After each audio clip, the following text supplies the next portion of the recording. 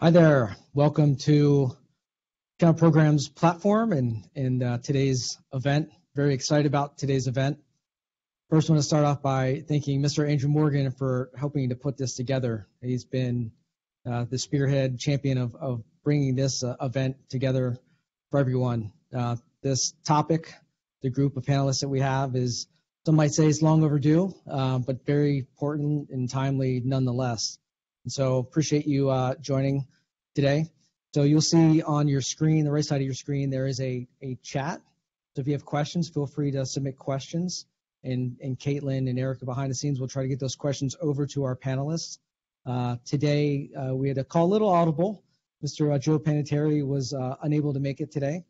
So we'll have Mr. Wes Spencer being our moderator today. So this should be very engaging, entertaining, and hopefully very insightful for everyone joining today. So thank you for joining. So with that, I'm going to bring on Mr. Andrew Morgan to today's All for One event. And Mr. Andrew Morgan from the CyberCall. Welcome, Andrew. Hey, Kevin. Thank you so much for having me and being the host to this event today. I really appreciate the collaboration with you. No, we're grateful. We're thrilled to have you on, and like I said, it's what you've done to champion this.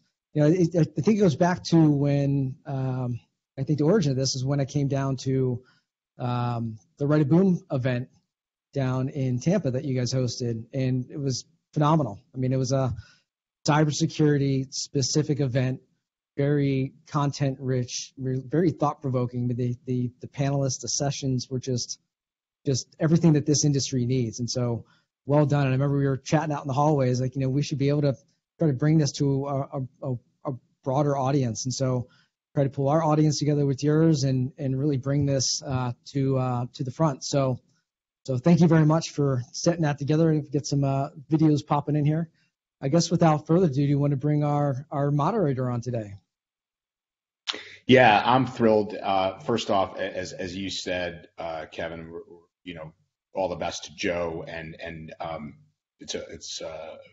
we wish him the best. And as an audible, I couldn't think of anybody better than my co-host at the CyberCall. Coming up now, Wes, on 2 years. Hard to believe. This is in essence like our 89th session, thanks to Kevin allowing us to come over with the channel program. And I thought it was, you know, just kind of dovetail on what he said, Wes. You were the MC at Write a Boom and did a phenomenal job. I know that's going to be the same thing here as well.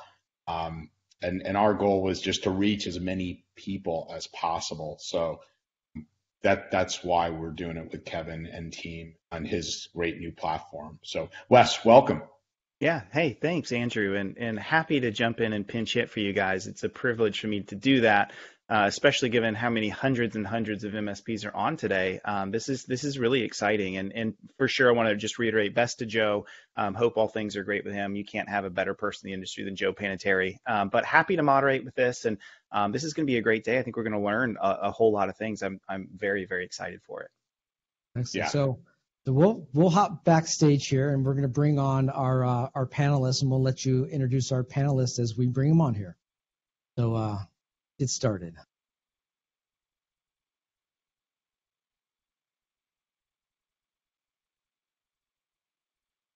All right. So here we go. We've got everyone joining in. This is going to be a great day. So let's do some introductions to get started. As everyone comes on screen. So we've got the big four here. So first that I see on my screen is Ryan Weeks, CISO of Datto. We also have Dave MacKinnon from CISO of Enable. We have Jason Manar, Go Racers from Kaseya. He and I went to same school, so I had to say that. And then Patrick Beggs from ConnectWise. How are you gentlemen doing today? Good, Wes. How are you? Doing great. Awesome. So this is going to be just a virtual version of a panel session, right? So I'm going to call out a few names as we jump into this and have you particularly answer a question, but at any point in time, any of you guys welcome to sort of jump in and add anything as well, right? So if I don't call your name on something, but you got something to add, please do that. And for the audience today, a couple things you need to know. One, we do have a conduit for Q&A, so make sure you get questions over to us, and we'll make sure to get those queued up and added in where we can. And then the second thing you guys should know, we have 4 kind of phases of content that we're going to talk about today. So the first thing is chapter 1 that we're calling it. We're going to dive into CISO collaboration, which I am very excited about that and really glad to see this today is just an amazing way to kick this off. Then we're going to jump into chapter 2, which is really important, which is mitigating MSP's risk and the supply chain risk as a whole. So we're going to really talk about that and get some great questions inside of all of that. We'll shift into chapter 3, which is next steps for MSPs and their software providers. So we're going to talk some topics in that. And then again, chapter 4 is open mic for you guys in the sense of Q&A from the community. So I'm really glad you guys have joined us today. And, I think one of the exciting things about this is here we are. For the first time in history that I'm aware of, we have all 4 CISOs at all 4 orgs, ConnectWise, Enable, Kaseya, Datto, all together. And I think this is exciting. I think this is a big next step for the industry as a whole, not just to see that we have CISO governance for each of you, but to see them all together on screen. I think we would all agree as security people, and I saw this out of banking, and I know many of you did it well, is while we might compete, we don't compete when it comes to cybersecurity. And when one MSP gets hurt, it hurts all of us. And so what a great privilege we have today. And so we're gonna kick it off with this. And Ryan, I'm gonna start with you as my opener, and then David, I want you to jump in next. Okay, so this is the first time we've been doing this, but you guys have been talking a lot, right? Like you're not back channeling. It's not like the government. You have cables and secret messages. You guys actually know each other and talk quite a bit, right? Yeah, absolutely. So for me, the CISO collaboration started back in 2019. Kyle Hanselvan, John Ford, then CISO of ConnectWise, me, and a few other people, Wes included, actually started a forum for vendor collaboration, which we called MSP ISAC, which is like basically a closed Slack channel where we would share information about what we were seeing, targeting our organizations and affecting MSPs to try and improve community defense. And that's continued, all the way throughout. And then, as David came on board, as Patrick came on board, reaching across the aisle, saying, hey, if I can ever help, here's how to get a hold of me. I remember my first email interaction with Patrick, he actually gave me his cell phone number, which is pretty cool. So yeah, not the first time we've been talking, and definitely probably a little bit of a longer history here in terms of collaboration than what people know. But this is not the first time that we're talking.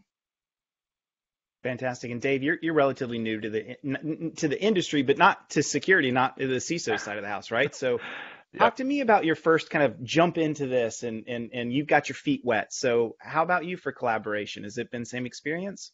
Yeah, I mean, I have to credit Ryan. I think I was here probably 2 or 3 weeks, and he reached out to me on LinkedIn. He doesn't remember, but I also sent him my cell number.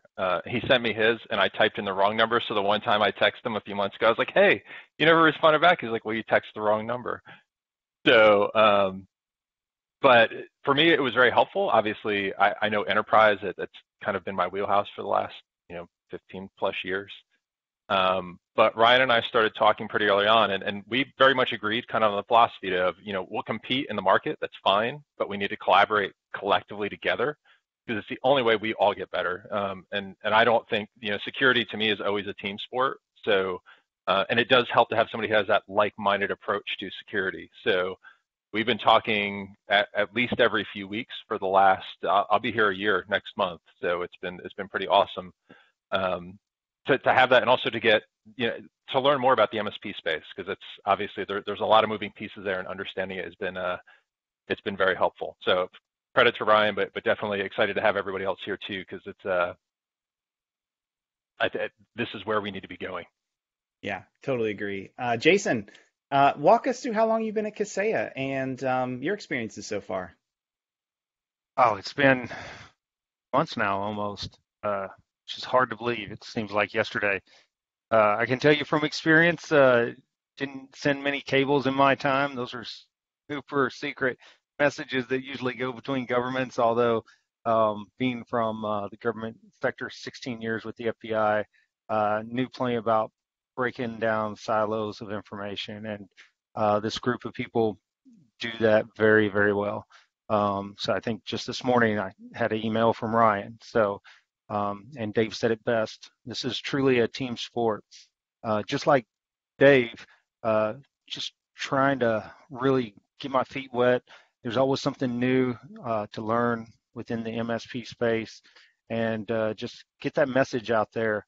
As we said before, that cybersecurity team sport. We're here, not necessarily to sell, but to inform, and make sure that MSPs in this space have the tools necessary and the knowledge necessary to protect their network. Yeah, does everyone on the call want them to individually go to them?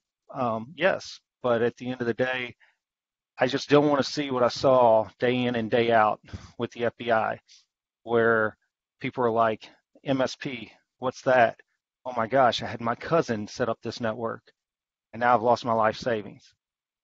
So it's really sad. I actually got a call like that this weekend, where local business person owns several gas stations and didn't have a professional set up their network, and they had a ransomware event. So that's why we're here. We don't want to see that. If it happens to one person, that's one person too many. And like it was said earlier, we definitely don't want to see that in the space with our competitors, or because what hurts one of us hurts all of us. So happy to be here. That's well said. And I think one thing I've appreciated from all four of you is that sense of empathy that exists for the partner, because ultimately that's who we stand for, right? It's not our shareholders. It's not our, it's our executive team. It's for the MSPs that we serve. So it's really well said. Patrick, flip it over to you. So I think you're the newest to join the club, right? You want to say hi and kind of where you come from and what the first few weeks have been like for you? Hey, thanks, Wes. Can you guys see me and hear me now? I had some technical difficulties. Gotcha. And I'm so folks will understand they're doing Verizon Fios upgrades in my neighborhood right now. Of course, they picked today to do some service interruption. But thanks for having me. I really appreciate everybody. This is Andrew. Thank you again. And again, I think I'm about week 6, week 7 into ConnectWise as their new CISO. And I guess I'll be short and sweet in the sense of my impressions right off the bat with this group, with the big four, is everyone's been welcoming, overly friendly in a really genuine way. I got fortunate enough to go to the Right of Boom conference my first week. So met a lot of the players already. But Wes, to your point, right? People started exchanging information and phone numbers right away. Really kind of just saying, hey, listen, if you have any questions about this space, we know you're experienced, across a number of different sectors, but just reach out to us. And we're going to help you along to understand. And it's a lot of it is the vernacular, right, which is a new thing for me, but adjusting really well. But for an example, Ryan sent over some indicators, shared some indicators last week, right, and we bounced them off of what we had. And Ryan, I owe you an IDS signature, so there's the collaboration, right? It's going to place, folks. It's not just it's not just one way, right? And it's not just, kind of anything, more, it's not ceremonial type of information sharing that I saw a lot of when I was in the government, right? A lot of it was kind of, fluff, if you will. This is pretty hardcore. This is, hey, we're seeing some stuff. Are you seeing this? Because you need to be able to bounce it off to see if it's something that, you should be concerned about. So that's where I'm at right now, drinking through the fire hose, loving every second of it so far. Didn't anticipate coming into this type of environment. I'll be honest with you. It's been such a great surprise, and looking forward to working with these folks. Patrick, Patrick, I'm going to keep you on the hot seat for this. You segued exactly into our next question, which is, I know. Let's go. So it's great. It's great. You're friendly. It's great. You guys have each other's numbers, that you guys talk. I mean, we want that big time for sure. But let's talk about how we can get deeper into this. So you mentioned threat intel sharing a little bit, Patrick. So I'm going to ask you this first, and then Jason, I'm going to flip to you next. Is how do you guys see this going even deeper into better and deeper collaboration around threats that you're seeing, potentially new things emerging? Because ultimately, you guys have better visibility into the MSP channel and space more than probably anybody else that's out there in the channel, given the insights that you have through all of your platforms. So how are you guys going to deepen this and not just, be friendly with each other, but really dive into sharing with one another and being intentional about intel sharing and using that for the good of the partner? Well, how do you see that going, Patrick? And I'll put on my one of my former hats, right, from the government, helping stand up what is now CISA, and helping stand up a lot of their information sharing capabilities. And this comes from a lot of lessons learned of how not to do things. But it is more of it's more intimate, wrapped around a larger construct, right? It's analyst calls. That's what we need. Have to have more analyst calls. I mean, it's great. Ryan and I and Jason and Dave can talk, but we have 1,000 things moving through our brains. We got to get the folks that are connected, on the front lines, that are doing threat hunting, that are managing the tips, to be able to collaborate. And again, to your point, they need to get actionable information that can be ingested. It's not just hey, threat actor information. We need specific technical details and rule sets for different types of SEMs or SEM environments and things like that. Short and sweet. We need more of it, and more at the operator level as well. Jason, what's your thoughts on that so far? Like, how do you guys see Kaseya going down that journey of getting deeper in with your friends at Datto, Enable, and ConnectWise for intel sharing, and going much deeper into threat insights and threat analytics? So I actually really liked what Patrick said there about, you start out with this intimate layer, which is what, believe it or not, all 4 of us have been doing, talking with each other, building that trust up, ensuring this isn't any kind of form of gotcha politics or anything else. And that's very important, because nowhere else will you see people that from the outside perspective should be adversarial coming together, right? And it's because I really believe, having talked to each one of these individuals, it comes from a deep desire at the end of the day to help people. And every single one of us has that. And in helping people, we're going to help each other, and we're going to bring those, analysts. We're going to bring those threat streams. We're going to bring those things together in a form where we can share it, in a meaningful way. Obviously, these are the infancy stages, because I think 3 of the 4 of us are under a year, right? So we're just now having those conversations, constructing what that looks like, and then being able to implement it at a later time. And a follow-up question for you, Jason, and then Dave, I'm going to flip to you for that same thing. And I realize this may be different for all 4 of you, but in my experience, it seems that the channel, the MSP space as a whole, is running about 5 to 7 years behind where enterprise is. So you see what enterprise was dealing with 5 to 7 years ago. This is now emerging into the channel. And one of those challenges that I see, and I think, Patrick, you nailed it, of like, it's great for you to talk, but analyst to analyst is really important, right? Like threat intel group to threat intel group inside each of you. Is your legal going to allow this? Like, it seems like that's going to be a huge challenge of them being like, no, we're not letting one of our analysts talk to another. Who knows what's going to leak out? How do we have a conduit to make sure this is vetted? It seems like that's going to be a huge hurdle. What do you think, Jason?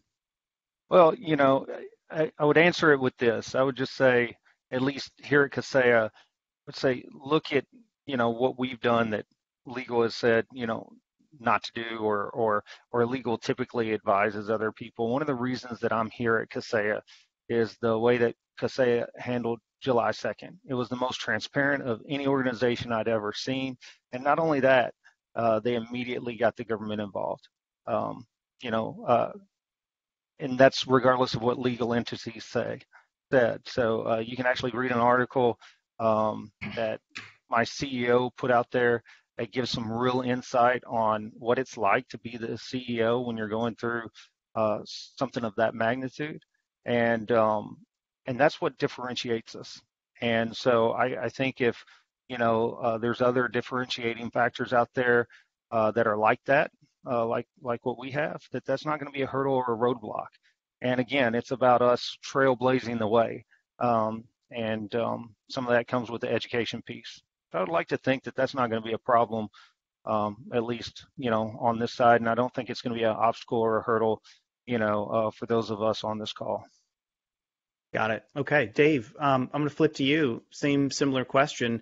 How do you foresee Enable being involved in threat intel sharing deeper? It doesn't have to be just threat intel, right? But just collaboration of what's happening in the environments around you, your partners, and the entire industry as a whole. Is Enable committed to that? Do you guys have analysts that are going to go down this journey and really dive deeper into this? Yeah, I think we have to. I mean, I think part of it, and I think Patrick and Jason kind of hit the nail on the head, part of it is establishing that base of trust, because nobody wants to come to the table and get screwed on the back end. Like that's the reality. So once you have that foundational trust that goes across all organizations are working together for one greater good versus personal gain, then what you'll see is the businesses start to align. I think the fact that we're all here, the fact that our organizations are making significant investments into security, that's a natural progression for that team to go. If you go back 5 to 7 years, and I would say this is even still currently, lots of organizations are scared to share because they're scared to admit that they had a problem. But the reality is security is an imperfect science. So if it was perfect, then we would all be sitting on the beach with a beer in our hand doing this remotely going, hey, we nailed it. And I would be totally good doing that, but we won't, and we can't. So I personally am committed to it. I think it's important. It's what we need to do. And I think I don't think it's just amongst us. I mean, it's how do we get it out to our partners in the MSP community in a way that's consumable and usable by them? Because, in our case, not all of our stuff sits in the cloud. We have lots of partners who run things on site where we need to make sure we can support them in a way that it's consumable. So how do we build that ecosystem that leverages that solid information across the entire ecosystem and continues to build it? Awesome. Awesome. And Ryan, let me flip to you, my friend. How is Datto going down this journey? You've had more time to sit in the CISO chair than the other folks in this call. So how is Datto going down this journey? Where are you guys committed, and maybe even some roadblocks or hurdles you see? Yeah, so I alluded to that MSP ISAC, which is still in place actually, and it's used less frequently than I had ultimately wanted. I think part of the reason is we didn't have a rank and file in there. It was a lot of security leaders, and there was a desire to build a relationship, but we never actually put the resources in to do it. And so with David, he came on just before 2022 budgeting. So him and I were having a conversation. Actually, it was actually Wes's idea. We were talking on a CyberCall about fusion centers. For those of you, maybe Wes, maybe you want to tell people what a fusion center is real quick before I continue. Yeah, and we actually have a fusion center question coming up on queue. So cool. Why don't we table that, and then I'll let. And I know Patrick has deep experience with that from his days in federal government. So let's table that for now. Okay, so let me just finish then. So, sorry. Been on lots of calls today. So, we had this conversation with David around, fusion centers and, how are we going to get stronger threat intel sharing across our companies. And we both, as we were going through, we were talking about, what are you budgeting for? Hey, I'm thinking about budgeting for this. I was thinking about budgeting this amount. What do you think about that? And we actually talked about budgeting for threat intel resources that would ultimately become part of a fusion center this year. And so we're in the middle of recruiting for a manager of threat ops to go into our larger threat management team that'll be responsible for what I'll call external threat intelligence sharing relationships, which includes with the individuals that you're seeing on screen here and their counterparts in their threat teams. So we've put time, resource, dollars towards it, and it's we're just trying to find the right people to attract and bring them into the channel to start doing that. Because Patrick's right, we're doing 1,000 things, and more important that we have the people that are doing it every minute of their day talking than when I remember to shoot an email off and say, hey, are you seeing these things like we're seeing? I love that. And here in a minute, we're going to dive into what a fusion center is. And I want to hear from all four of you when we get to that question of, is your org committed to a fusion center? Will you put resources into it? What's your commitment and success criteria of what it'll look like? I'm really excited about that. And I think that could be huge news for the industry in such a positive way. Let me put all of you guys on the hot seat for just a minute. All right. So I love all four of you. You guys are awesome. So this is not pointing fingers at any of you. In fact, it's I think Patrick or Jason, I think maybe Jason's you that said this, is some of the events that have happened in the past are what led to not only having 4 designated CISOs, but with all 4 of you here on this call today. So I see you as the leaders. I see you as the pioneers. I see you as the ones with the machete in the hand, chopping your way through that wilderness, and I'm excited for that. But if we look in the past, the Big Four haven't always done the greatest job when a big thing happens, right? And we can use the July incident, Jason, that you mentioned. And so, Jason, I'll start with you on this, if you don't mind. It's great to see you guys working together. But I think from the partner perspective, where they got really frustrated is ransomware is getting hit left and right. I'm literally talking to MSPs myself who are in tears at their business falling apart. They go in one day and then they come in on Thursday, they come in on Friday, and everything's gone. Everyone's yelling. I'm getting 40 to 50 calls, literally a minute, of all their clients. They're panicking. They're shaking with fear. I've interviewed these guys, right? And initially what we see from the Big Four is, lack of information. And then when we did get the information out, there's a lot of finger pointing going back and forth, right? And so my question for you 4 is, how can we avoid that the next time? I'm not saying it's always a friendly, wonderful thing, right? When a breach happens, it's a big deal and it's painful and it's stressful and we don't always have the information. I get it. But how can you 4 change the next time this happens to cast a vision for us? And Jason, I'll start with you. Cast that vision. How would you like to see it the next time this happens? Right. So Wes, I love the question because, I don't know, maybe Patrick and I get together and we'll talk about some numbers, but literally having been on probably 1,000 different intrusions over the last 16 years as an FBI agent, I saw various ways of how to do things. And again, one of the things that struck me July 2nd, and I'm not here to say that Kaseya did things perfectly or anything else, but I just wanted to kind of take you through what my experience was. And what my experience is of those 1,000 events, I had never before seen the level of updates and commitments.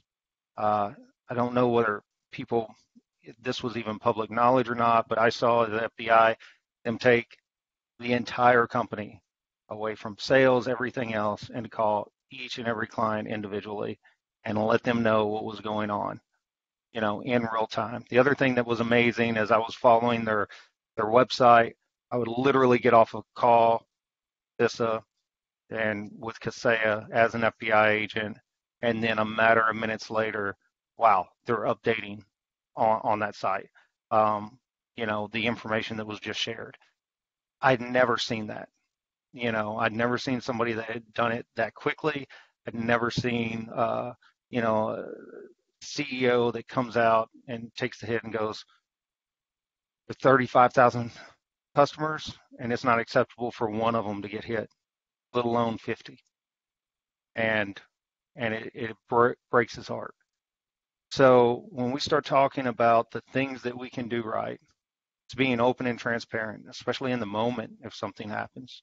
It's being open and transparent and having a plan before something happens. It's educating people, right? Our MSPs. It's making sure that we empower them to take their own security measures, and not just be reliant on any single one of us. Because as we have already said, security is a team sport, and we all have to play our part. Patrick, what about you? Do you see it the same way? Going back to that original question of how is this going to be different the next time around? And I know you're new, right? But how are you going to lead ConnectWise through? What lessons have we learned? And what are you going to lead the organization in to where it'll be noticeably different for the partner? Jason hit it right on the head. Is when you are in the middle of a fight, right? And, again, countless events in my career, most of which I'd like to forget. But I've learned so much from, again, how these things didn't go the way they should have gone. And that's where you bring from them. But it's about effective communication, right? If you do not give someone a narrative, they will make one up for you. And it tends to be not a positive one, right? That's not rocket science. But folks, once they get into the fray, right, you have 1,000 things going on, right? And it's about, I already working with our head of communications, Amy Lucia. She has a crisis management playbook, right? And she's going to be handling things that I don't need or can be handling at that time. But with that said, it gets more down to the collaborative effort of our collective responsibility as CISOs in in the channel that we got to have some pre-baked actions. Perhaps even drill this every once in a while too. I would throw out the idea of a tabletop exercise should probably be done once a year with this group. But there's also opportunities at a larger level with CISO. I'll throw my DHS hat out there. They have the ITISAC. They have I know there's an ISAO organization I'm learning about that there's a lot of folks already involved in. There's many different platforms we can use to leverage before something happens, right? To get the right analysts on the right calls. Because again, we're all going to be handling internally stuff. Jason's going to be, like we said, he's going to be talking to customers and partners. I would be too. But we need our folks that can break free, jump on a call, and say, here's what the situation is, here's what we're doing, here's what's next. What do you see? Okay, I like that. And you mentioned crisis management. Are all of you? And I need to get to David and Ryan on this question, but I wanted to follow up on one pivot off this, and I'll throw this out to the group. When it comes to crisis management, are you guys ready for that? And do you have the ability to drive the message, or is the message going to be driven by other orgs inside of your individual org? In other words, is some spokesperson or marketing person going to drive the message, or do you have the ability as a CISO to jump right in there and change the course of where this is going, what is being said and not said? Because I think sometimes that's where the challenge comes, is we don't have security leadership jumping in and correcting some of the things that need to be corrected. Do you guys have conduits to make sure that your message is there without it being filtered through? Yes. Yeah. I mean, 100%. We're all C-level executives here, and that's the purpose of having someone in a C-level executive position, so they can go, no, that's not right. That's not the right way to go. That's not the right direction, and this is why. So I saw a lot of head shaking. I mean, everyone was saying yes. Good. So I see Andrew come on. Andrew, we got a question from the audience. Want to jump to? Yeah, Wes, and some of these came in previously from the CyberCall, and great job, by the way, everybody. Appreciate, again, the collaboration here.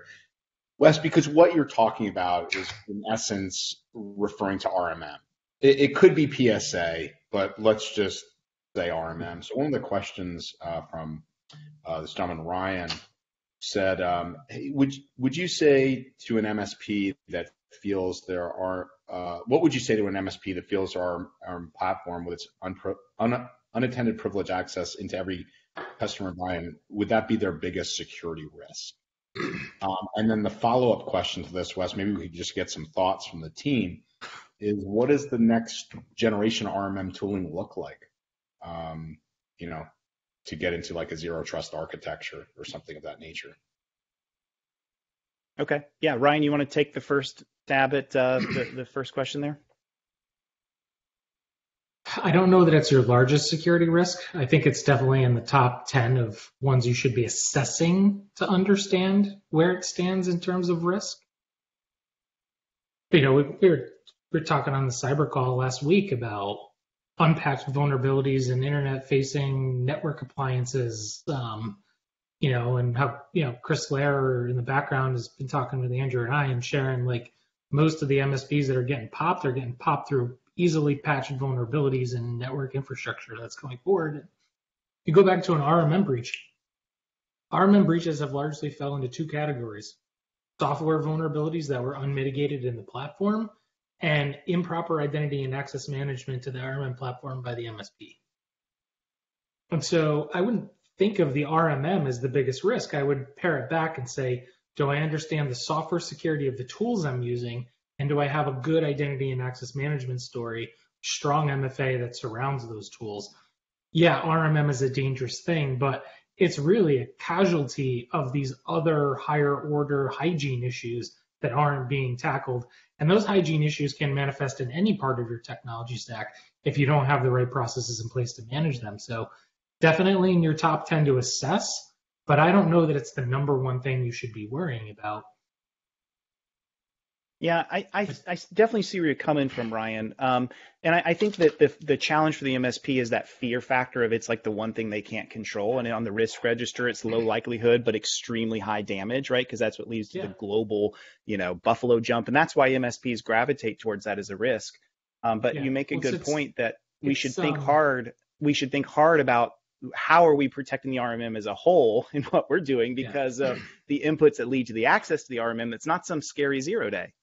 Right. I think there's a Andrew knows this. I just wrote a blog with one of my employees on fallacies and biases that perpetuate vulnerability.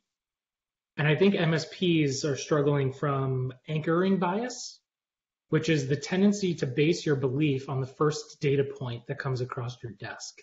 And for most MSPs, the most scary, impactful event that they've heard of is an RMM compromise. And so their understanding of risk to them becomes anchored in that initial data point, when in fact, there were other contributing factors to those RMM breaches that are far more important to assess. But because that event was an RMM event, it has anchored their belief that that is the highest risk event that they could face. And we need to revisit that assessment and gain additional data points without exercising confirmation bias, right? That's another bias we have to avoid in this. But yeah, there's a lot more that goes into that understanding of risk, for sure. Yeah, I'll foot stop with Ryan, right? I mean, we always talk about, putting up guards and walls and everything that we can if we have, say, around on-prem exchange or our RMM infrastructure, right? But it's the ones right next to it, right? It's really an asset, it's an asset prioritization effort, right? And it starts early in the SDLC process, right? But a lot don't necessarily, have the ability or the bandwidth to do that. But it is that continuous, review, to Ryan's point, is you have to be able to know, what you have in your environment and how often is it looked at. So. Hey, Wes, can I say something real quick? Because I think Patrick brings up something really interesting that Sunil, you talked about, which is pets and cattle. Do you think you could maybe just frame that? Because you brought up on-prem exchange. And should MSPs be rethinking about on-prem things? Because historically, I've got data center, I've got, I like to control it. Do we need to change our thinking, to Ryan's point, and security controls, and to Patrick's point of, always needing to have it under a roof? Who's that question for? I thought that question was for Patrick. Anybody. Oh, okay. So I was just dovetailing. I thought off of Patrick's point, which was excellent. Well, I mean, I'll go. There are some things that definitely shouldn't be pets, and your exchange platform is one of them. That should be cattle. To Andrew's point, to folks that don't know who Sunil Yu is, first of all, Google the Cyber Defense Matrix, an excellent book. Sunil and I worked together closely at Bank of America. And the analogy is cows are things that, see for the clouds. Are things that you're not emotionally attached to. You could, if you have to, if they get sick, God forbid, you shoot them in the head and you move on to your next cow. Pets, right? My dog's laying over there right now. Unfortunately, if she gets sick, I'll probably dump a couple grand into her to get her better, right? As there's an emotional and health and welfare attachment to it. To Ryan's point, right? Get pets out of your environments because they're only going to be a long-term risk for you. Awesome. Okay, so we got to move forward on our agenda here. We're going to run way out of time. I have to do like 18 of these. But Dave, I need to give you a chance to speak on this as well. So let's zoom all the way back to where the question was. From Enable's perspective, what are you doing to lead your organization so that, should some massive event happen that we've been talking about here, because it will happen again, there's no question of it. How are you leading Enable to make sure that there's no finger pointing, there's direct information right to the partners, that you're collaborating and working with your peers here in these groups and others? What are you guys doing to lead that charge, and you in particular, Dave? Yeah, so I think a lot of it comes down to, I use the saying, it's not if, it's when. And I've got our CEO on that same mindset now, which it's important because that's how we need to prepare. So I think Patrick was talking about tabletops, and to me, we did our first tabletop as Enable because we became Enable back, I guess, in July of last year. Excuse me, I have Ryan's throat now. But So we've sat down and gone through that training. Fortunately for me, in my role, like those communications, I'm required to sign off on them. So you talk about making sure that the right information is getting out to partners. They won't release anything until security has reviewed and approved it. So I have great visibility into that messaging. We're actually internally talking about, so we by policy, we do tabletops twice a year. So we actually have one coming up in about 3 weeks. But one of the things that I want to do for our next tabletop is actually start pulling some MSP partners into it, because I think it's healthy to also get perspective on what the MSP is thinking.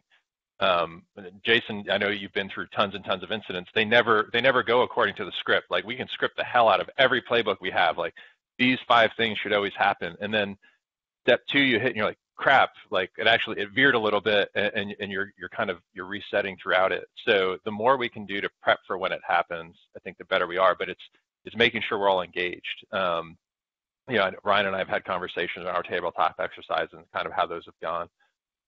But 100%, I think it's all the preparedness and making sure that we have the right folks in the right seats, and not just me. Like I'm one but I can't do all the things. And having the right folks across the organization that really understand what those pain points are and how to execute against them and can lead those different work streams when we go through them.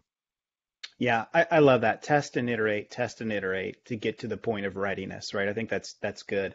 Okay, so Patrick, I'm going to jump over to you.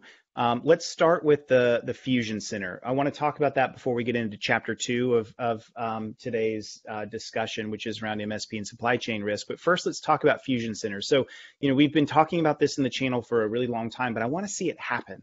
And I think you 4 are the ones to make it happen. So, Fusion Center gives the capability of each of you assigning resources that are then designated to share and collaborate across each other, to also reach out to external sources and parties, be it ISACs, be it CISA, other like groups of certain kinds, so that when we see things happening, we're working together, we're handling them in real time, we're cross-collaborating so things don't just sneak up on us.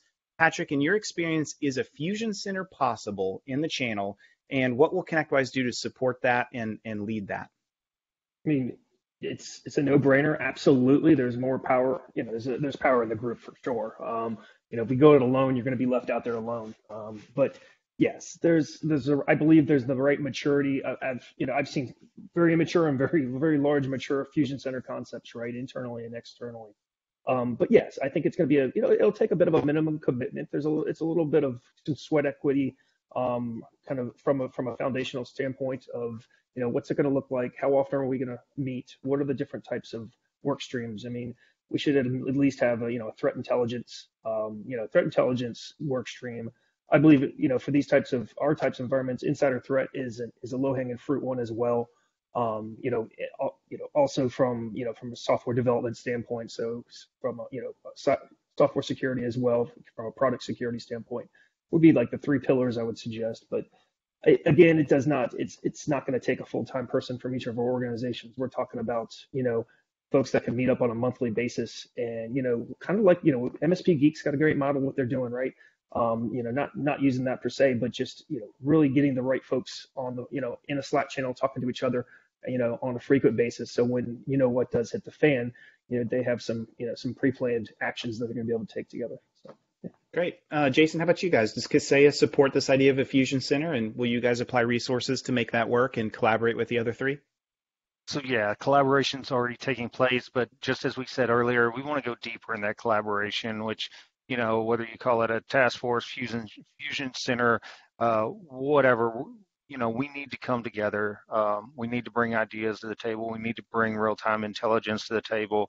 I've done it before in the government where we had election fusion centers and task forces that we spun up for the various elections here in the state of Florida. And I'm sure we're going to do the same thing as a group here, and I look forward to being a part of that.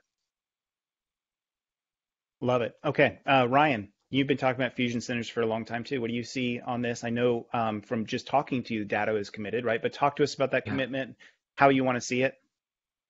Yeah, I've been ready for years. I'm just pumped to finally have the people to work with that get it, that see it the same way, and that are aligned in it for community defense. I think exactly how it comes about and what it looks like and how it gets ramped and who's involved is, those are details that we'll figure out on the way. But yeah, we're in. Like, Well, this is what I wanted for years. talk to me about one point. How do you see making sure that MSPs are kept in the middle of this too? Is there a way for should it just be a fusion center of the big four? Could other vendors participate? Could MSPs participate? What's the input output? How do we make sure we design it for MSPs in mind? Yeah, I think there's a component of vendor collaboration, and that's actually where I think MSP ISAC was doomed from the start, is because it was vendor only. It was an attempt to break down the silos and create communications and trust across vendors. And we did that. And there were several enhancements that came across in several MSP technologies as a result of that threat intel sharing at the height of the attacks on MSPs in 2019. But ultimately it petered out because we could never really see what to do with the information beyond that. And so not only do we need to be, cross-sharing indicators about threat actors that are seeking to target technology companies, which we all are, but also sharing information down probably more at a strategic and operational level of what we're doing collaboratively to keep the MSP space safe and how those collaborations are actually benefiting MSPs and how MSPs can ultimately participate in those things. So yeah, I think that needs to happen. I think it's not going to happen though until all of us really start to put real weight behind getting the collaboration going outside of just the four of us being able to pick up the phone call and trust one another. And I'll play the new guy card here, Wes, and it's wearing off quickly. Trust me, after 2 months. So it really is. Internally it is, but I'll use it here. I know there's some. Again, I'm not exposed to all the different environments, but with the ISALs, right, with what CompTIA does, I know it's probably 80% MSP. I'm not sure what the ratio is. Are those types of structures what you're talking about to kind of, to bring everybody together? Is that what you kind of, I'm asking you a question. Jesus. It could be. Yeah.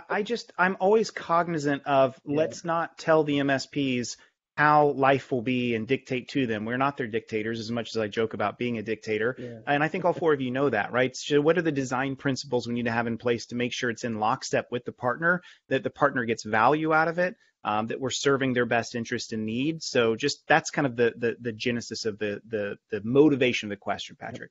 Yeah, and regardless of the construct of the forum it is, I think we got the right folks here and the support from our leadership and boards to make it happen. So I'm excited for it. Yeah, awesome. I think we're going to need multiple avenues of threat intel sharing. Ultimately, is what we're getting at, right? Like, hey, Lapsus Group is using this new technique to target technology companies. I'm going to share that with these 3 individuals, right? But hey, Loki Locker is now starting to deploy data wiping as a third extortion tactic as part of their ransomware. That needs to go out to MSPs. That's not helpful to be in our walls. That needs to be out in the ecosystem. So we need to create those lanes and those vectors for that info sharing. And I think getting our analysts together is where that's where that's really gonna start to bear fruit. Totally agree with that, and I want to see it come out in forms and fashions of whether it's like threat calls, briefing calls that vetted MSPs are able to join and hear about what's happening, what they need to do about it, or even packaged like these are the things you need to do, these are the things you need to look for or block or whatever it may be. Like, give me information because I'm too busy with my clients, I'm too small of an org. Tell me what to do based on the intel, and I'll follow that. Don't make me go be the analyst and the researcher. And I learned this in the banking sector. The big banks, they could do the stuff around correlation and all of this, but the small banks like, no, just tell me what to do. I don't have time for anything else. Andrew, I think you probably have a question, but super quick before we get to it, Dave, you want to share your insights and commitments from the Naval side of the house on fusion centers? Are you guys committed to this as well? And how do you see this working, and what are you doing to commit to it? Yeah, so we actually have headcount for this year for it. So Ryan and I, as you mentioned earlier, when we sat down at the end of last year, we were going over budgets, and I tucked a headcount in to support this. So I very much, and I'm going to steal a phrase from a friend, I view it as iterating to awesome. It's something we'll grow over time, and we'll build it up so that it does everything we need it to do. But Wes, I think you hit the nail on the head. Like, collectively on the screen, the security teams we have, if you took any one of our teams, it's larger than, I would guess, a good chunk of our MSPs. So we have far more resources and capabilities across the board to kind of take this information, distill it, and get it out to them in a very actionable manner. So I'm 100% behind it. I do 100% believe that MSPs need to be involved. I don't want it to be, in general, I've said it before, but security is always kind of the security hammer. You drop this hammer and like, thou shall do this. I don't want to be a dictator on it, but I do want to inform this is the best way to do it, or this is what you need to worry about. And that can include everything from whether we're taking, data out of a tip and sharing that across, all the way through to, hey, we're seeing, take on-prem exchange, like that was early last year. Like, we're seeing on-prem exchange being popped, and that's that path. Here's what you need to be aware of. So I think it's that collaboration across the board to make people aware of, where these risks sit. I mean, it goes back to the question you had earlier. What is my highest risk? Is it my RMM? Well, it might be today, but tomorrow it could be something completely different, and informed on how to actually action that. Got it. Love it. Thank you. Andrew, I'm guessing you have some questions from the audience.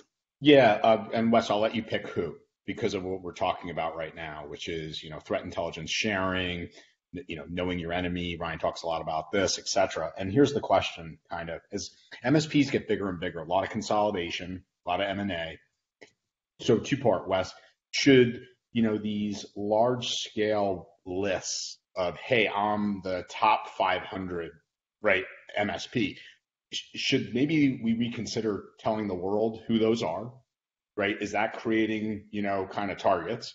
And also, what about manufacturers, right? Should we be telling, hey, we use this tool?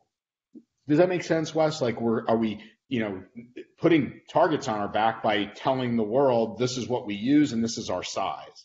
We got that in from a gentleman named Mike, who runs a very large MSP.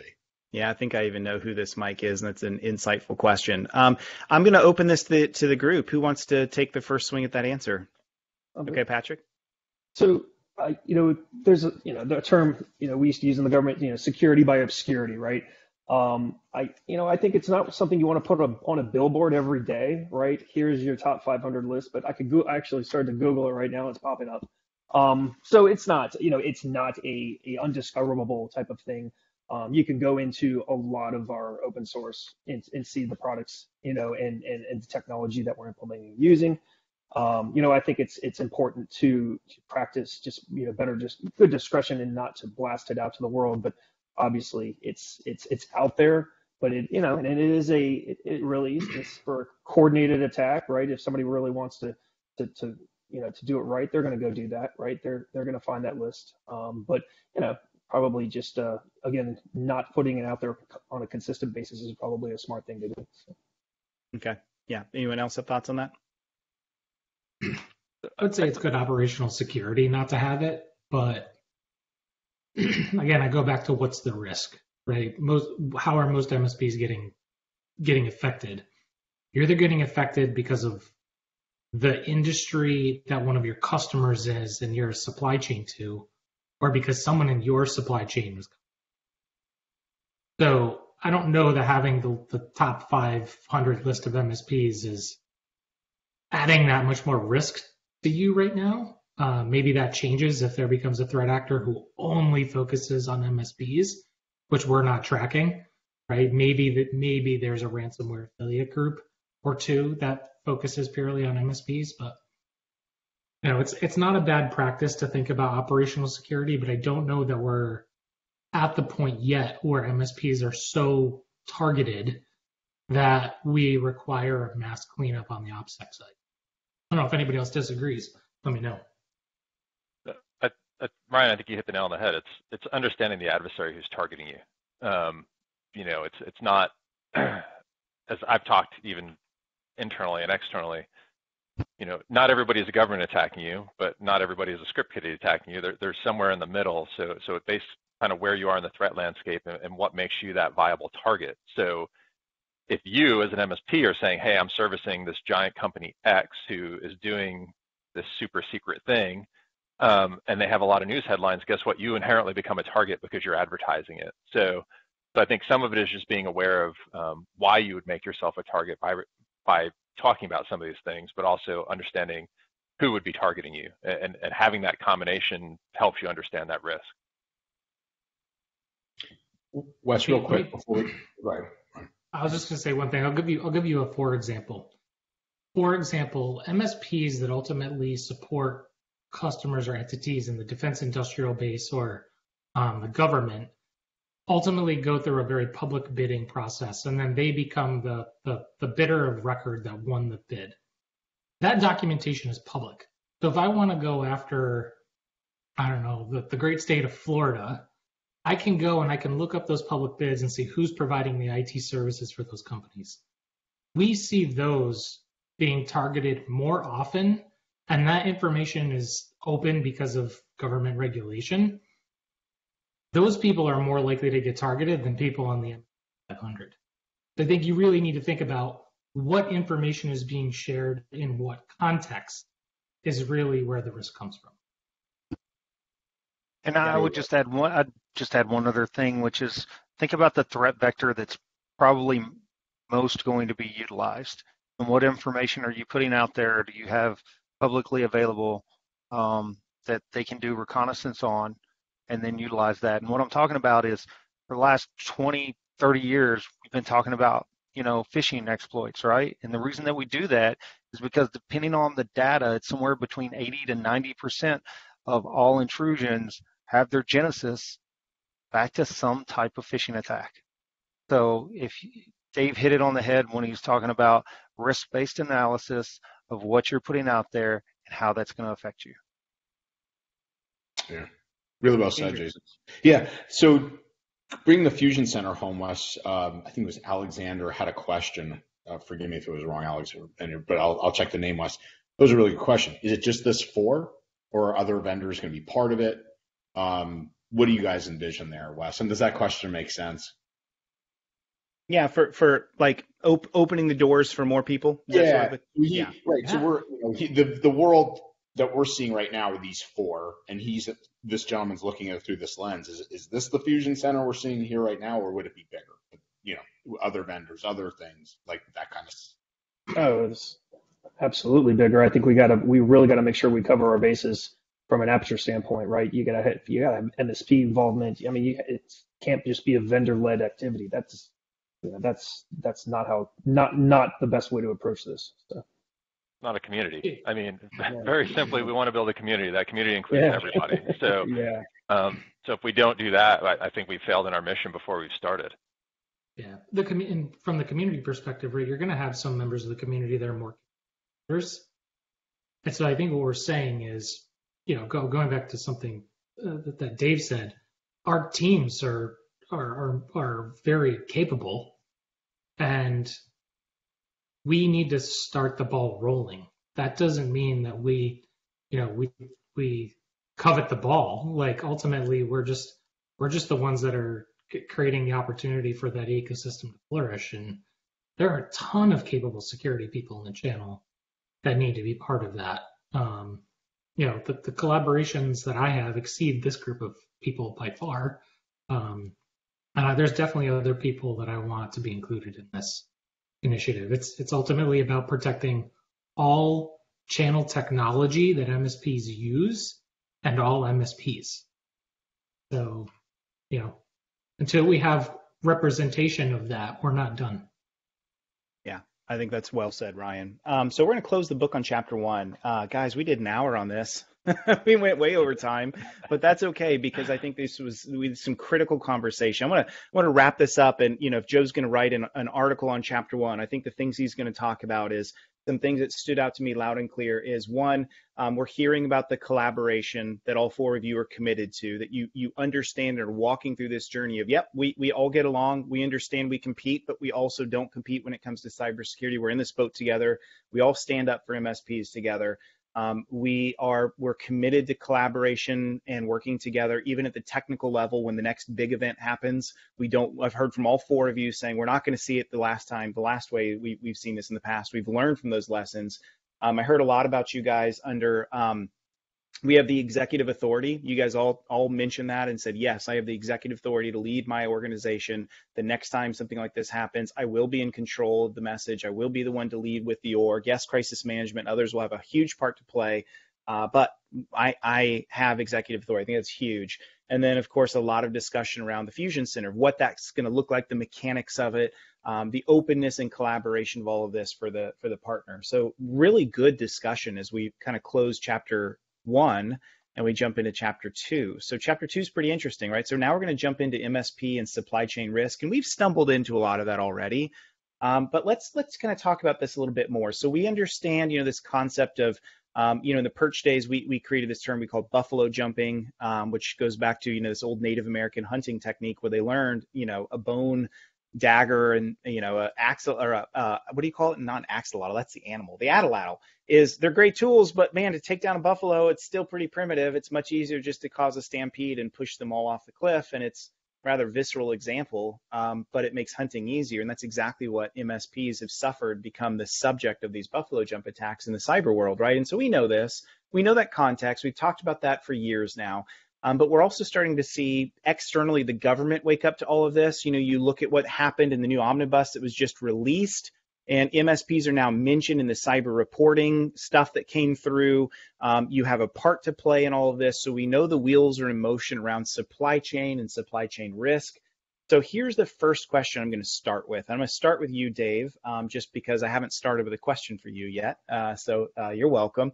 What is N-able doing right now about all of this, right? I know you have two-factor, multi-factor. I know you're doing those things, but when it comes to the RMM, I heard Ryan say earlier, it's not always the 0 day. Maybe that's not the top thing we should be thinking about, but still, because the RMM can install and deploy software, it can be used as an exploit kit. So what is N-able doing right now about all of that? Beyond the normal things like, security hygiene around multi-factor, things like that, what else are you guys doing right now? Yeah, so I can spend the next 45 minutes talking about the answer to that question. So I'm glad you picked me first. You guys, you can sit back, get some more coffee, and then we'll keep going. No, so I think there's, this is great. I think there's a few things we can do. So part of it is really making sure that our organization is focused on security. Like my last board meeting, we talked about kind of our budget growth and what we're spending. And I told them next year, I'm going to spend more, but I'm not going to spend as much as I am this year. But I'm going to spend wider. So we're going to invest in security throughout the organization to make sure that, all these initiatives and everything else we're talking about and we're doing continue to grow with the organization as the organization grows. And that goes all the way from whether you're doing threat modeling at the inception of a new product, all the way through to whether you're doing pen testing or red teaming or whatever you're doing on the monitoring side. I think that's absolutely critical. But then the other half, and this is total credit to Mike Adler, who's our Chief Technology and Product Officer at N-able. When I first started, I guess it was probably last July, I didn't know much about MSPs. And I would say I'm still learning a ton more. Like, I'm glad I'm not the new guy, but I'm still learning a ton. And Mike asked me, you came from the enterprise space, what questions would you ask? Like, what do we need to be doing? And I put together there was a bulleted list of probably 40 or 50 things. And I made no assumptions on the product because I didn't know it.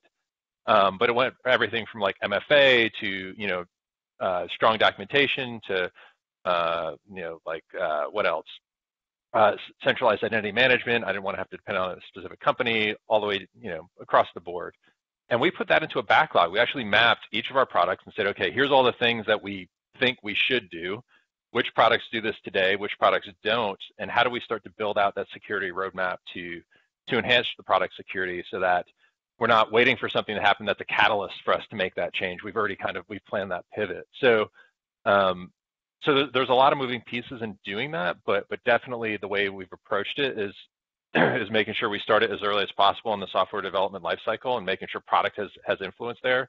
and then all the way through on the tail end to say, all right, it's going to get out the door. No software is perfect. I mean, ever. And making sure that we're doing everything we can to find those risks before they're exploited by somebody nefarious. Okay, got it. That's good. Jason, let me switch over to you. What is Kaseya doing at this moment, at this instant, right now, around the RMM? Yeah, so I'm going to get into that for a second. Hopefully, I don't make an enemy of you about what I'm going to say about your Buffalo jump terminology. But man, I just hate that, and I hate it because I think it gives us the visualization that we're just in this herd and stampede, and we can't do anything about it. And nothing could be farther from the truth. Even individual MSPs, there are not only common sense approaches, but things that we can do to gain visibility into our infrastructure that is going to give us the level of granularity to be able to protect ourselves, even with third-party events. So I don't accept, and excuse me, I just will never accept the premise that, I'm along for the ride, so to speak. So again, hope I don't offend you there by your terminology, Buffalo jump, but I just want to make that point because I think all too often, societally, there are times where we go, oh, nothing I can do, throw our hands up, and oftentimes I'll say that we get certain tools or we get certain software and we just, quote, set it and forget it, right? And we can't just set it and forget it. And I think everybody has been talking about that. But I think it's a neat term to try to articulate, what's going on. But what are we doing? Gosh, Dave hit the nail on the head with so many of the other things. So I'm going to comment on some of the things that, we're doing specifically, like when he starts talking about spreading out to the entire organization, cyber champions throughout the entire organization that can take that, cybersecurity message, automate, everything where we can to get the human entity out, right? When you're talking specifically about known threats to code and everything else, automate that where it cannot move along in that life cycle process if it's got anything wrong with it. The other thing, and I think he may have mentioned this, I can't remember, is obviously 24/7, SOC monitoring and making sure that you have that visibility that I talked about before. And yeah, gosh, just, mapping out, because as you heard Dave say, and I don't think you'll hear any one of us say that we are 100% satisfied where we're at, because I always say that I'm better today than I was yesterday, and I'm going to be better tomorrow than I was today. Okay, got it. Yeah, I like it. Thanks, Jason. Patrick, what about you? Yeah, I mean, I can echo everything that's been said so far, and I'll kind of take a different twist, right? And it's something that I'm trying to mature and build up at ConnectWise. And it's really banging away our own stuff, right? It's creating a mature red team capability internally that on a regular basis and it's maybe it's kind of in between, AppSec and red teaming, if you will, but it's folks that are really going to bang away at developmental folks, things in the developmental process before that goes released, but also once it gets released as well, right? That we have to really be doing. It's more the continuous assessment mindset I'm going to be bringing to ConnectWise. They have a great SDLC process already in place, so making something like this advancing something like this it was a lot easier. Automation on the tool side of the house. If you're not being innovative on really continuously taking a look at how you're compiling code, the processes, how it's behaving. Looking for behavior that is not supposed to be there in the dev and the prod environments, right? So we can get into a little bit of threat hunting talk, right? Even on the product side of the house. So that's kind of the approach I've been taking at. Got it. Yeah, and I like that you jumped into some of the control capabilities of, like, we do have legacy code, and we're aware of that. Every organization does at some point. That's a normal thing. But what are we doing to attack that and address those processes, and what our SDLC process looks like? And I think that's huge. I think that's really good feedback, and I think we all have to be cognizant of that for sure. Ryan, what about you? What we're doing right now, a long list. We just released an updated VDP program. Based off of what we've learned in the last year, we've increased our bounties. We've made it, we've improved the language quite a bit there. We have software security champions, multiple embedded within our RMM product. Last year, we got that product BSIM assessed, which is the Building Security and Maturity Model, the Software Security Maturity Framework. That's assessed by a third party, so it's verifiable, the state of our security program that surrounds the software of the RMM. We took the RMM through a well-architected assessment. We took all of the TTPs that were publicly mapped from the 3 or 4 major MSP security supply chain issues last year, and we pulled my offensive security team off of what they were working on and had them emulate that against our products. See if they could inject code in an undetected way into RMM and emulate we used adversary emulation tools, purple teaming tools to emulate those TTPs on our system, see how our monitoring was doing, where we needed to improve. We've just been every time we do one of those activities, we learn something, and we that iterate to awesome. I'll steal from Dave. Like, this is a never-ending job, and threat actors are going to evolve. We need to see that. We need to map that understanding onto our environment, and then we're going to need to adapt as well. And that's what we've been putting in place for years, ever since we started to see these things. So there's a lot that we are doing, and there's also more that we need to be doing. So yeah, I agree. Like, we're better than we were yesterday, but we do have a lot more that we need to do still, as an entire ecosystem, frankly, not just as RMM vendors to do more. But yeah, tons and tons of stuff going on here.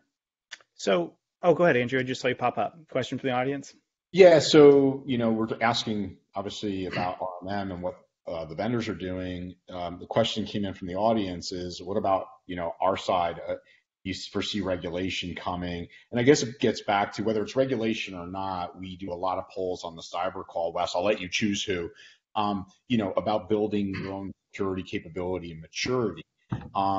Where, as Ryan said, it's about the whole ecosystem. So I guess the question is, A, is regulation needed? And B, if yes, great. If not, what are we as a on the MSP side going to be responsible for? Because this is the other question, was into cybersecurity insurance, cyber insurance, and the escalating costs and on and on and on. So does that make sense of those kind of thematics that are being asked out there? I think it does. Patrick, we'll start with you. We'll dice that up a bit. Regulation, right? Everyone wants to know, is it coming? I think the answer is it kind of is already coming, right? And we already have been regulated in certain forms and fashions. For example, if you serve a ton of banks, you may become a technology service provider under FDIC's guidance, right? And their regulatory control. But talk to us more broadly about regulation. Do you see a day coming when MSPs directly are regulated just because they're an MSP? And what is that going to look like? Well, I'll say that and Andrew hit it on the head with cyber insurance. We are being regulated by our insurance carriers, right? And it's only going to get tougher, the standards that they're going to put into place. I believe there should be, I hope I don't go out of school here, but there should be, at least some limits on that side of the house, right? Because I think there has to be some more maturity around how they're assessing risk, right? Not one size does not fit all, right? And I think everyone can relate to that. On the other side to the question, regulation towards critical infrastructure, right? There already is a lot in place already.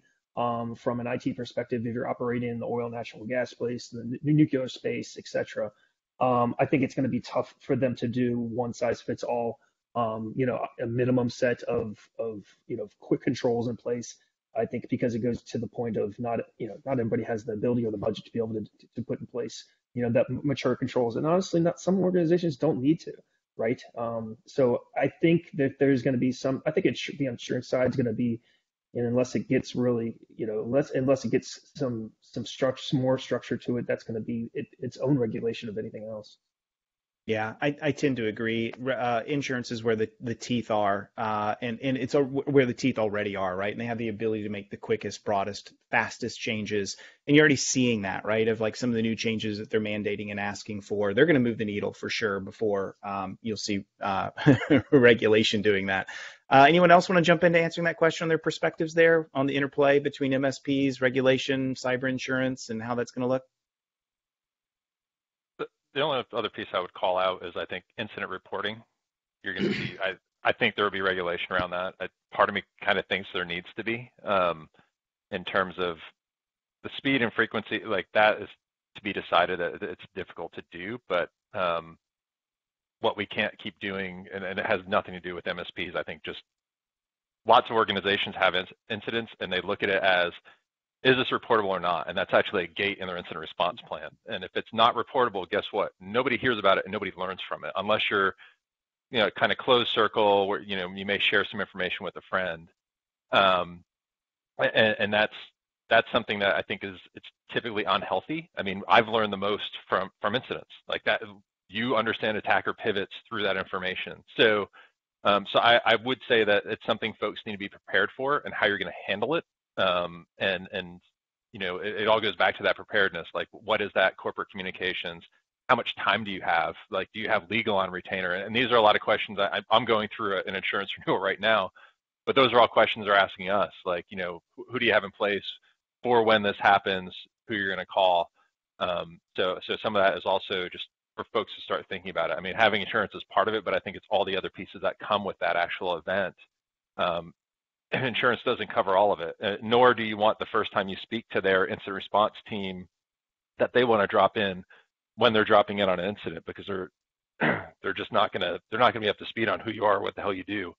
They're going to be catching up as fast as possible.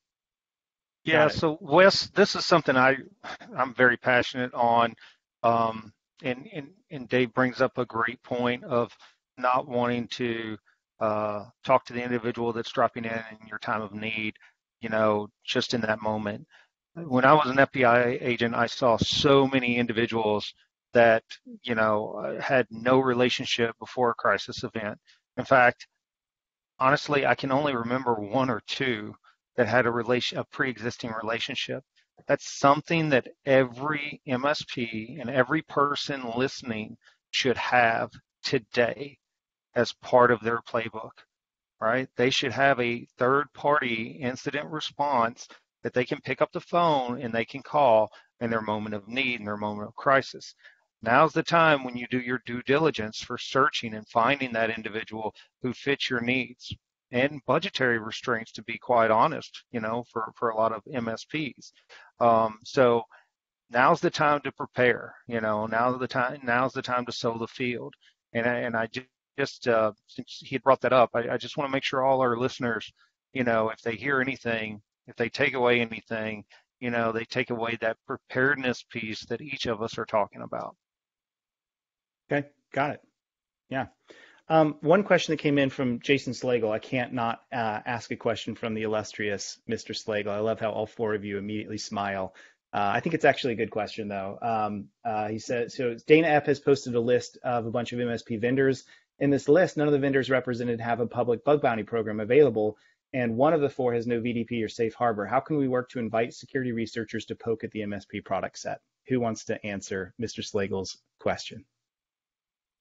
I answered it last time he asked me, so I'll answer with the same question again, but I can actually give more information now. So we had not had a public bug bounty or really a solid VDP exiting last year. We've actually partnered with BugCrowd, so the VDP page should be posted now. I think it went up last week, and we're actually doing a bug bounty, and that should launch in the next week or two. It's taken longer than I expected to kind of lay that whole foundation, and then we'll put all the information in our security.txt file so if folks are interested in it. But to me, it's something we've been planning. It's something we've been doing. We've been paying bounties, but we've not been as public about it as we needed to be, and it's the fix is in motion right now. Awesome. I love hearing that. Dave, great. Anyone else? I think the spirit of Jason's question is how do we get more security researchers to bang at vendor products? And, we all have Some of us have public bug bounties, some of us have public VDPs, some of us have private bug bounties, and there's differences between all three of those things. Ultimately, where we're failing, regardless of what we have, is to attract quality researchers to do the job. And where ultimately that goes to is like, are we paying bounties that are big enough? So I'll open source this idea on this call. I've talked to a few people about it. I think what we need in the channel is a pwn to own. We need an MSP technology-centric pwn to own conference. All vendors present their technology. There's a vetting process for the researchers. They can show up and, first through 20th place get paid out massive bug bounty prizes. Like, we need to start attracting that quality of talent. And frankly, having a better bug bounty isn't getting it done. We all have VDPs. We all have bug bounties. We just need to attract the researchers, and that's where we're failing. As a whole, as a community, is attracting the research. Yeah, sure, the efforts with Divid and the bug bounties there are great because those people have been focused on the channel. But again, they're a very small microcosm of the larger security researcher ecosystem, and we as a channel need to think much bigger about this problem. And so, anybody who can help me execute the pwn to own for the channel idea, please email me, CISO@datto.com. And something I've been wanting to do for years. I just can't figure out how to get it off the ground.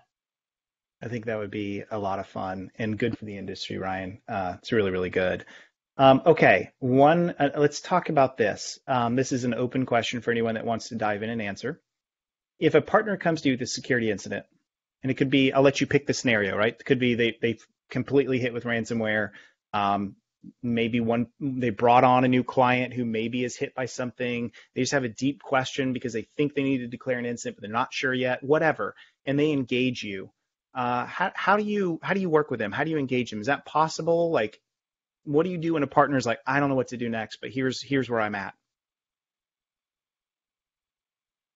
I'm happy to talk. I mean, I'm all about it, but I'm also a glutton. I've done incident response for a long time, and it's still you can ask my lead of IR, who probably hates that I'm too involved. So my view is when a partner's hurting, we're hurting. So we need to jump on a call and speak with them and understand kind of what that pain point is.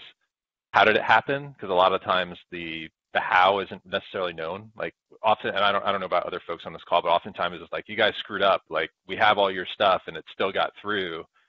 And then as you kind of start peeling back the layers of understanding and really doing that incident forensics, you can get to the root cause. So my team does get involved with that. I want them to support it because I want to know where we can be better. But there does come a point where we also will advise them if they should go to outside counsel or they should be pulling in a third party, because there are legal boundaries that I don't want to cross. So, but from the get-go, I was on with a partner last week who they got hit with a highly crafted phishing email. I mean, back to what Jason was talking about earlier, that when it impersonated the site, it hit the end user in their two-factor, and they approved the two-factor request, and it gave them access into their M365 environment. So the two-factor effectively failed because they were conditioned, as all users are, to click the approve, and they ended up wiring money out. Like that was ultimately the end goal, was to steal money, and they stole quite a bit. And that was really just talking about how do you get better from that. So I don't want to dominate this, but I view my team's responsibility is to help support those partners in their time of need, because they're not as well equipped as we are in most cases. We have some partners that are huge and they have full security teams, but that's the minority, not the majority, to support them when they need it. Yeah, and Wes, I'd say that they just haven't had the experiences that this group has had, right?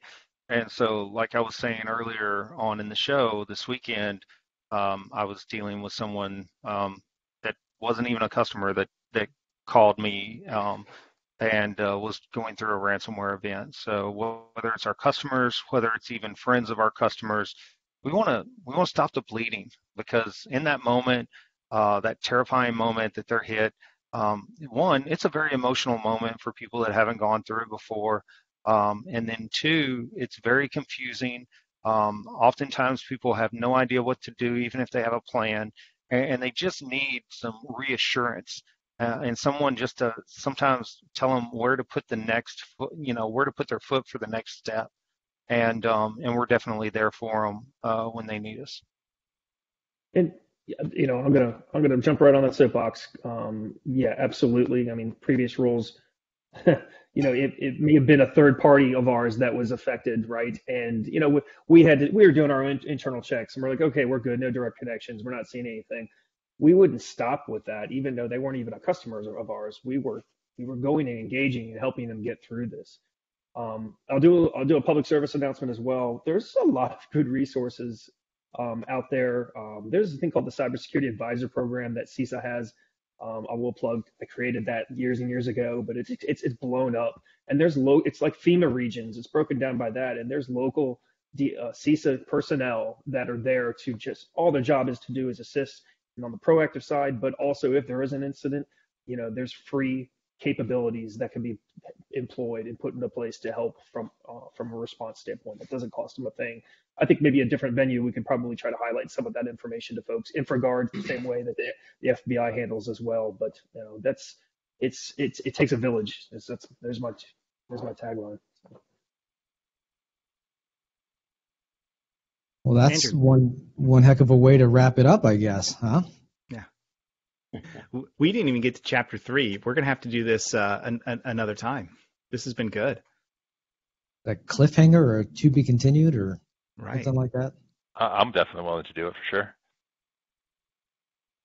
I mean, one thing that I thought was really important that was said was preparedness. Jason, I think you said it, and in other ways, everybody has somewhat said it here. And again, poll after poll after poll we do on the CyberCall week in and week out.